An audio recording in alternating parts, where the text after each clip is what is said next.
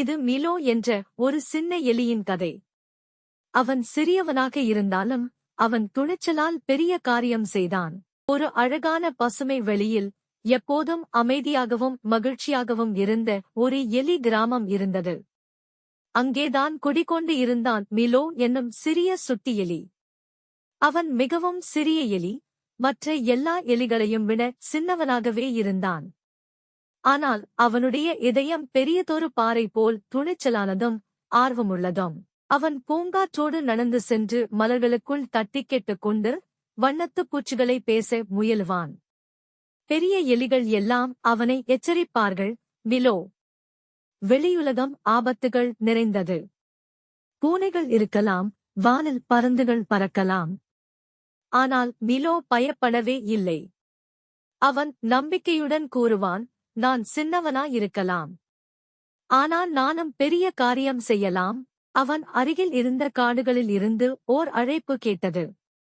உதவுங்கோ, உதவுங்கோ. அவன் அப்படியே ஓடிச் சென்றான். அங்கே ஒரு குட்டி பறவை ஒரு கொடியில் சிக்கியிருந்தது.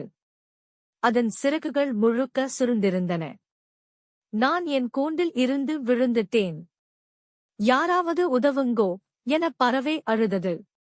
மிலோ ஒரு நிமிடம் மௌனமாக இருந்தான். பிறகு ஒரு யோசனை விட்டு ஓடி தனது எலி கிராமத்துக்கு சென்றான்.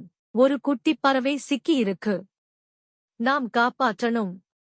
ஆனால் பல எலிகள் பயந்து விட்டார்கள். அது ஆபத்தான இடம். பருந்து வந்தா?